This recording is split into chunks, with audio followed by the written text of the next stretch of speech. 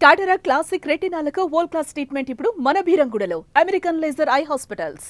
అమరావతిలో భూ సేకరణ లేదా భూ సమీకరణ ఇది ఒక కొత్త సమస్యగా మారుతున్నటువంటి పరిస్థితి ఉంది. ఏంటి మళ్ళీ భూ సేకరణ భూ సమీకరణ అనుకుంటున్నారా? రెండో దశ ల్యాండ్ పూలింగ్కి సంబంధించినటువంటి వ్యవహారం కాదు. మొదటి ల్యాండ్ పూలింగ్లోనే జరిగినటువంటి కొన్ని తప్పిదాల ఫలితంగా అమరావతిలో కొన్ని భూములు ఇప్పటికీ కూడా సిఆర్డిఏ పరిధిలోకి, సిఆర్డిఏ నియంత్రణలోకి రాలేదు. దీనికి కారణంగా రైతులు చెబుతున్నటువంటి మాట ఏపీ సిఆర్డిఏ అనుసరిస్తున్నటువంటి ద్వంద్వ వైఖరి. కొన్ని చోట్ల కొందరికి అనుకూలంగా, కొన్ని చోట్ల మరికొందరికి అనుకూలంగా వ్యవహరించడానికి నిరసనగా దాదాపు 1800 ఎకరాల భూములు ఇప్పటికీ కూడా భూ సమీకరణకి ఇవ్వకుండా పెండింగ్లోనే ఉన్నాయి. మనం అమరావతిలో పర్యటిస్తున్నప్పుడు అక్కడక్కడ సాగు చేస్తున్నటువంటి భూములు కూడా కనిపిస్తాయి. అవన్నీ కూడా మినహాయింపులు లేదా భూ సమీకరణకి ఇవ్వకుండా ఉన్నటువంటి భూములు. ఇక్కడ ఒక లాజిక్ అర్థం చేసుకోవాలి. భూ సేకరణ అయితే ఒక ప్రాజెక్ట్ అనౌన్స్ చేసిన తర్వాత ఆ ప్రాంతంలో ఉన్నటువంటి భూములన్నింటినీ ప్రభుత్వమే భూసేకరణ చట్టం ప్రకారం చెల్లింపులు చేసి స్వాధీనపరుచుకుంటుంది. కానీ అమరావతిలో అనుసరించినటువంటి విధానం ఏంటంటే భూ సమీకరణ, రైతులకి స్వచ్ఛందంగా వచ్చి భూములు అప్పగించే విధంగా ఒక ప్యాకేజీని డిసైడ్ చేశారు. ఆ ప్రాంతాలకి ఉన్నటువంటి విలువ, అక్కడ ఉన్నటువంటి వసతులకి అనుగుణంగా ఈ నిర్ణయం జరిగింది. దీంతో స్వచ్ఛందంగా 33,000 ఎకరాల భూములు దాదాపుగా 29,000 మంది రైతులు ఇచ్చారు. కానీ ఈ మొత్తం దీనిలో కూడా మరింత పెండింగ్లో ఉన్నటువంటి భూములు 1800 ఎకరాల వరకు ఉన్నాయనేది జగమెరిగినటువంటి సత్యం. దానికి సంబంధించినటువంటి వివరాలు ఒకసారి విశ్లేషించేటువంటి ప్రయత్నం చేద్దాం. ఇది ఏపీ సిఆర్డీఏకి సంబంధించినటువంటి సమగ్ర స్వరూపం. ఈ స్వరూపాన్ని ఒకసారి మనం అర్థం చేసుకుని చూస్తే కనుక ఇందులో చాలా ప్రాంతాలు, ఇది మధ్యలో ఉన్నది కృష్ణా నది అయితే ఇటు అటు ఉన్నటువంటి ప్రాంతం అంతా కూడా ఏపీ సిఆర్డీఏ కింద నోటిఫై చేశారు. ఈ రెడ్ కలర్ మార్క్ కనిపిస్తున్నది మాత్రమే అమరావతి, అంటే సీడ్ క్యాపిటల్ ఏరియా కింద ఇప్పుడు ఉన్నటువంటి ప్రాంతం.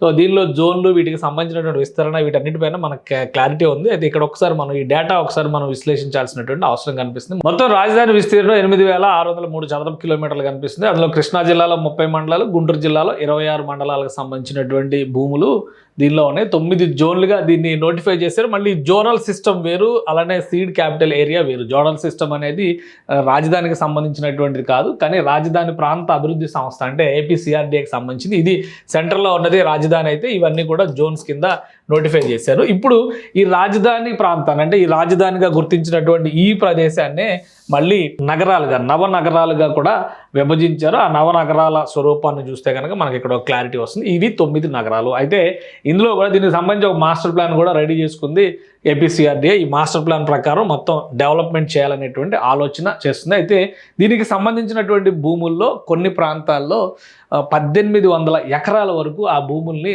రైతులు మొత్తం సేకరించినటువంటి భూమి అంతా లెక్క చేసి చూస్తే కూడా నగరాల వారీగా ఇస్తే పర్యాటక నగరానికి 11,000 ఎకరాలు, 11,500 ఎకరాలు, అలానే విజ్ఞాన నగరానికి 8,500 ఎకరాలు, ఇదే తరహాలో అన్నిటికీ కూడా డీనోటిఫై చేసి మొత్తం కూడా క్లాసిఫై చేసి ఇచ్చేశారు. అందులో 1800 ఎకరాల భూములు ఇప్పటికి కూడా రైతుల స్వాధీనంలోనే ఉన్నాయి. అంటే గత ప్రభుత్వం 5 ఏళ్ల పాటు ఎలాంటి చర్యలు తీసుకోలేదు కాబట్టి ఒక నిర్ణయం తీసుకుంది. ఈ రాజధాని నిర్మాణం పైన ఎలాంటి నిర్ణయం లేదు కాబట్టి భూముల విషయంలో ఒక నిర్ణయం తీసుకుంది. జరీబు భూములు అని చెప్పని అంటారు. జరీబు భూములు అంటే 3 పంటలు పండేటువంటి భూములు కూడా కొన్ని ఉన్నాయి.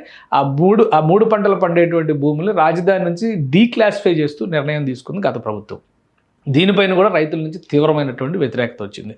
సో డీక్లాసిఫై భూములకి సంబంధించినటువంటి అంశం పైన ఇప్పుడున్నటువంటి కూటమి ప్రభుత్వం దాదాపు 1.5 ఏళ్ల సమయం అవుతుంది, ఇంతవరకు ఏ నిర్ణయం తీసుకోలేదు. గత ప్రభుత్వం ఏ నిర్ణయం తీసుకుందో ఆ నిర్ణయమే ప్రస్తుతానికి అమల్లో ఉన్నట్టుగా భావించాలి. దీని వలన రాజధాని ప్రాంతంలో రైతులకి భూముల విషయంలో నష్టం జరుగుతుందనేటువంటి అభిప్రాయంతో ఉన్నారు. కాబట్టి కొంతమంది 3 పంటలు పండే భూములు ఇవ్వనటువంటి రైతులు దీనిపైన ఆగ్రహం వ్యక్తం చేస్తున్నటువంటి పరిస్థితి ఉంది. ఇంకోటి, గ్రామ కంఠాల దగ్గర తీసుకునేటువంటి భూముల విషయంలో ఒక్కొక్క చోట ఒక్కొక్క విధానాన్ని అమలు చేస్తుంది ఏపీ సిఆర్డీఏ అనేది ప్రధానమైనటువంటి అభియోగం.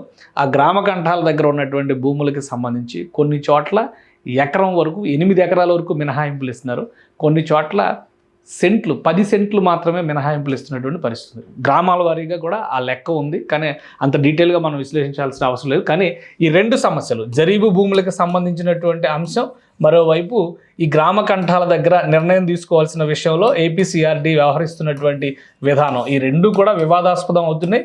వీటి వల్లనే రైతులు కొన్ని ప్రాంతాల్లో భూముల్ని అప్పగించకుండా ఇప్పటికీ సాగు చేయడం కానీ వాళ్ళ నియంత్రణలో ఉంచుకోవడం కానీ జరుగుతుంది. అలా ఉన్నటువంటి భూములు 1800 ఎకరాలుగా తేలినాయి. ఈ 1800 ఎకరాల భూముల్లో కూడా కేవలం 500 ఎకరాలకు సంబంధించిన రైతులు మాత్రమే పూర్తిగా రాజధానే వద్దని చెప్తున్నారు. రాజధాని అనేటువంటి నిర్ణయానికి భూములు ఇవ్వడానికి వ్యతిరేకంగా ఉన్నారు. కానీ మిగతా 1300 ఎకరాలకు సంబంధించినటువంటి రైతులు మాత్రం కేవలం ఈ విధానాల ఫలితంగానే వ్యతిరేకిస్తున్నారు. దీనిపైన ఏపీ సిఆర్డీఏ ఒక స్పష్టత ఇవ్వాలని చెప్పి వాళ్ళు కోరుతున్నారు. కానీ సిఆర్డీఏ కానీ రాష్ట్ర ప్రభుత్వం కానీ ఇంకా ఏమీ క్లారిటీ ఇవ్వలేదు.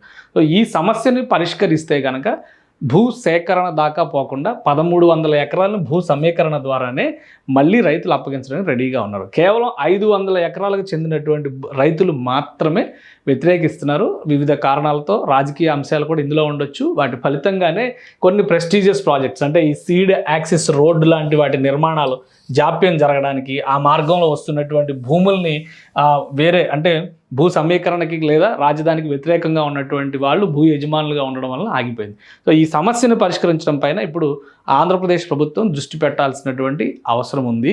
లేదంటే భూసేకరణ పేరుతో మరోసారి అమరావతి రైతులపైన కొరడా జడిపించేటువంటి ప్రమాదం కూడా ఉంది. ఎందుకంటే ప్రభుత్వం మొన్ననే మంత్రి నారాయణ గారు ఒక స్టేట్మెంట్ కూడా ఇచ్చారు. ఈ 1800 ఎకరాల విషయంలో కఠిన నిర్ణయం తీసుకుంటే అవసరమైతే భూసేకరణకు వెళ్తాం. ఎందుకంటే భూసేకరణకు వెళ్తే కనుక ప్రభుత్వానికి 2014 భూసేకరణ చట్టం ప్రకారం కొన్ని ప్రత్యేక అధికారాలు దఖలవుతాయి. దాని ఫలితంగా రైతులకు దక్కేటువంటి ప్రయోజనాలు తగ్గేటువంటి అవకాశం ఉంది. భూసేకరణ చట్టం కంటే కూడా మరిన్ని ప్రయోజనాలు కల్పిస్తూనే భూ సమీకరణ చేశారు. 33,000 ఎకరాలు సమీకరించినటువంటి విధానాన్ని తమ విషయంలో వివక్షతో అమలు చేయడం తప్పు అనేటువంటి మాట మాత్రమే 1300 ఎకరాలకి యజమానులుగా ఉన్నటువంటి అమరావతి రైతులు చెప్తున్నారు. సో దీనిపైన ఏ నిర్ణయం తీసుకోబోతుంది, లేదా పూలింగ్ను పక్కన పెట్టేసి ల్యాండ్ ఎక్విజిషన్ అంటే భూ సేకరణకే ఆంధ్రప్రదేశ్ ప్రభుత్వం కనుక మొగ్గు చూపితే అమరావతి కేంద్రంగా మరొక వివాదం రాజుకునేటువంటి అవకాశాలు కనిపిస్తున్నాయి. సుమన్ టీవీలో మీ పర్సనల్ అండ్ బిజినెస్ ప్రమోషన్స్ కోసం కింది నెంబర్కి కాంటాక్ట్ చేయండి.